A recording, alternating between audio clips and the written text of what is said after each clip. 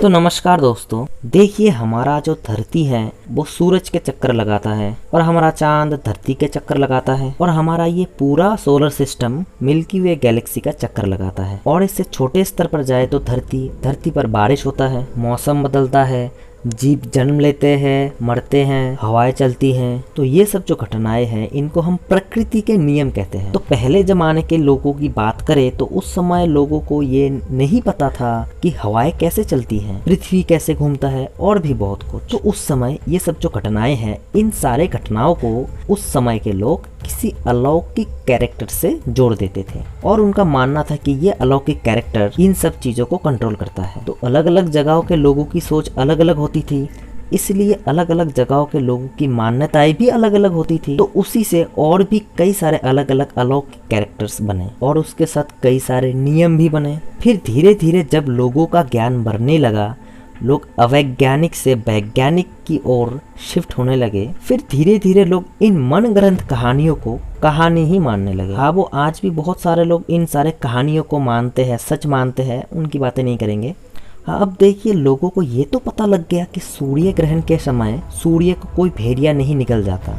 लोग इन सारी चीज़ों को तो आसानी से समझ पा रहे थे, लेकिन आज तक लोगों को ये समझ में नहीं आया कि ये जो प्रकृति के नियम है ये सब कैसे बने या फिर किसने बनाया। तो अब लोग इसके जवाब में ये कहने लगे कि कोई सुपर नेचुरल पावर है, उसने इन सारी चीजों को बनाया है, मतलब ये प्रकृति के नियमों को बनाया है। तो क्या ये जवाब सही है या फिर ये सवाल ही क्या सही है? तो सबसे पहली बात तो ये है कि ये सवाल ही गलत है कि प्रकृति के नियमों को किसने बनाया। ये सवाल ही गलत है, क्योंकि देखो पृथ्वी का नियम है, इसका मतलब ये नहीं इन नियमों को किसी ना किसी ने बनाया ही होगा, ये जरूरी नहीं है। देखिए आज तक ये पता नहीं चला कि ये जो नियम है, इन सारे नियम ये कहाँ से आए, किसने बनाया, कैसे बना। तो पता नहीं इसका मतलब ये आप नहीं कह सकते कि किसी ने बनाया हो, क्योंकि आज हमारी टेक्नोलॉजी उतना एडवांस नहीं है कि हम ये समझ सके कि प्रकृति के नियम कैसे बने। लेकिन इंसान जब और एडवांस बनेंगे, टेक्नोलॉजी और एडवांस होगा, तब शायद पता लग जाए। लेकिन लोग क्या करते हैं,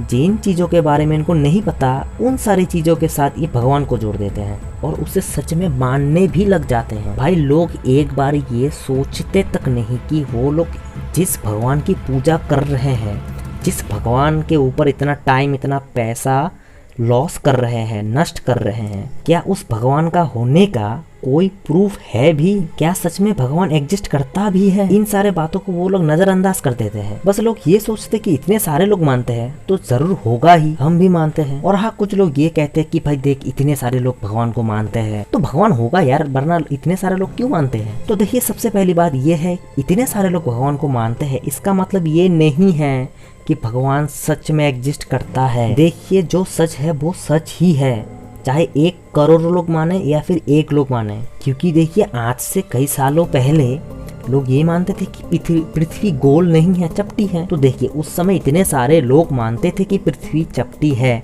तो इसका मतलब क्या सच में पृथ्वी चपटा हो गया? नहीं ना, इसका मतलब यही है कि जो सच है वो सच है, चाहे करोड़ों लोग माने या 1 लोग माने। तो ये कभी मत कहना कि इतने सारे लोग मानते हैं तो सच ही होगा, ये गलत है। और आजकल के लोगों की यही सोच की वजह से वो लोग धर्म के कब्जे से नहीं निकल पाते और ये जो बाबा ढाबा है ये लोगों को और ज्यादा फुसला कर जालों में फंसा लेते हैं। क्योंकि देखिए लोग अगर भगवान को नहीं मानेंगे तो बाबा लोग अपना पेट कैसे चलाएंगे? इसलिए ये लोग इन धर्म के झूठे कहानियों को इस तरीके से पेश करते हैं कि लोग मतलब मानते ही है। तो दोस्तों आप लोग जरा खुद सोचिए कि मैंने कुछ गलत कहा है? अगर कहा है, अगर आपको लगता है कि भाई तेरे ये जो बात तूने अभी कहा है ये गलत है, तो आप टाइम स्टैम्प लगा दीजिए भाई, इतने सेकंड पर मैंने गलत कहा है, ठीक है?